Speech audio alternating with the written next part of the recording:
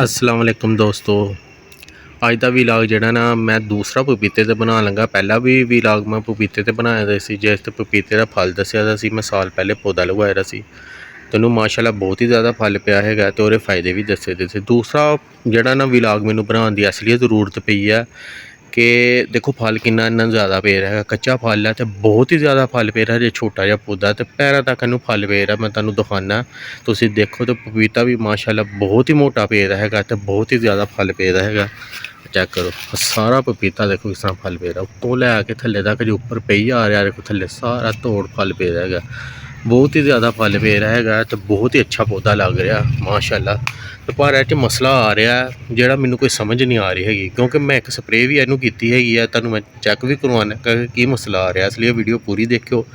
तो जेह्ड़े भरा दोस्त कोई जिथे भी देख रहा वीडियो तो वह पपीते की खेतीबाड़ी करते हैं या पौधा लगाए रहा, उन्होंने पता तो प्लीज़ कमेंट च मैनू ना गाइड कर दो। अरे को फल जोड़ा ना काफ़ी ज़्यादा पे उत्तों लैके थल्लों तक देखो किड्डा मोटा पपीता है। सारी मैं तुहानू वीडियो दसना।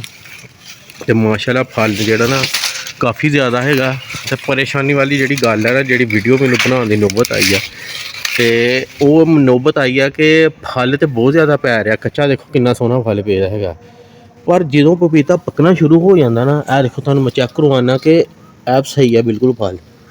यह देखो जो पपीता पक रहा ना, तो यह कंडीशन आ जाती है। तो मैं एक दफ़ा यदि स्प्रे भी की है, देखो तुहानू मैं दिखा रहा। यह देखो पपीता जो पक रहा, मैं तोड़ के भी दसना। यह देखो फल खराब हो रहा, साफ पपीता नहीं पक रहा है। यह बड़ी परेशानी पई रही। मेरे 3-4 पीस ना इस तरह ही खराब होया, तो मैं समझा कि वैसे ही कुदरती गल है, पानी वगैरह बारिश वगैरह नहीं हुई तो पीस सारा खराब हो गया। तो वह मैं इस तरह ज़ाया कर दिता, बिल्कुल काला हो जाने तो ख़त्म हो जाने। जिस तरह देखो सारा पपीता काला हो रहा, देखो बिल्कुल ख़राब हो रहा, बिल्कुल सारे ख़राब हो गया पपीता। देखो जो ही पक रहा, देखो थोड़ा थोड़ा ठीक है, पर जो ही पक रहा तो यार पपीते के उत्ते फफूंदी जी कोई लग रही है। तो जो ही अंदरों पक्की जाना तो देखो काला हो जाना। मैं तुहानू तोड़ के भी दसांगा पपीता।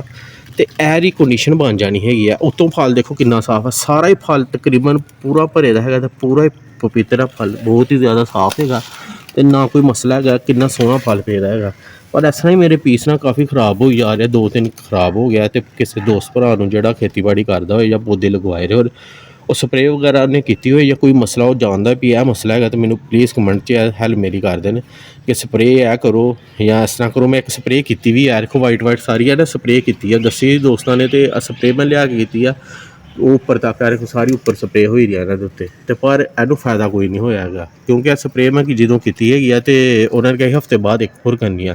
तो 7 दिन होने तो फिर एक होर करनी है, पर हजे तक कोई मसला नहीं हल होया है। देखो सारे पपीते ना इस तरह ही हो रहा, सारी कंडीशन है। देखो किस तरह काला, तो पता नहीं की मसला पै रहा है। सारा पपीता उत्तों भी खराब हो रहा है। फल देखो कि वड्डा पे रहेगा और बिल्कुल खराब हो रहा।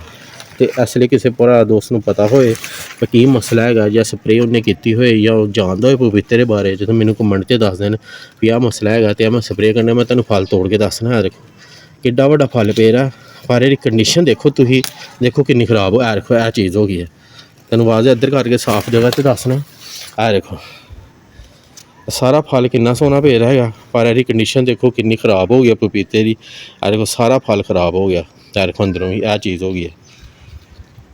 इसलिए मैं बड़ा परेशान है। 3-4 पीस मेरे इस तरह खराब हो गया। तो किसी भरा दोस्त को जे आइडिया होए कि मसला है, किस वजह नाल हो रहा, तो कमेंट च मैनू ना गाइड कर दे भी ऐ स्प्रे कर लो। मैं स्प्रे एक की है, पर फिर भी कोई मसला नहीं आ रहा, हल हो रहा। तो बराए मेहरबानी जिस भाई दोस्त नूं या किते भी वीडियो देख रहा वो पपीते की खेतीबाड़ी करता या इन्फॉर्मेशन होए, तो मैनू कमेंट च दस देन भी स्प्रे कर लो या मसला है तो यह हल हो जाए। देखो मैं ना तोड़दा तो पीस पूरा ही खराब हो जाना सी। देखो सारा खराब हो जा रहा। शुक्रिया।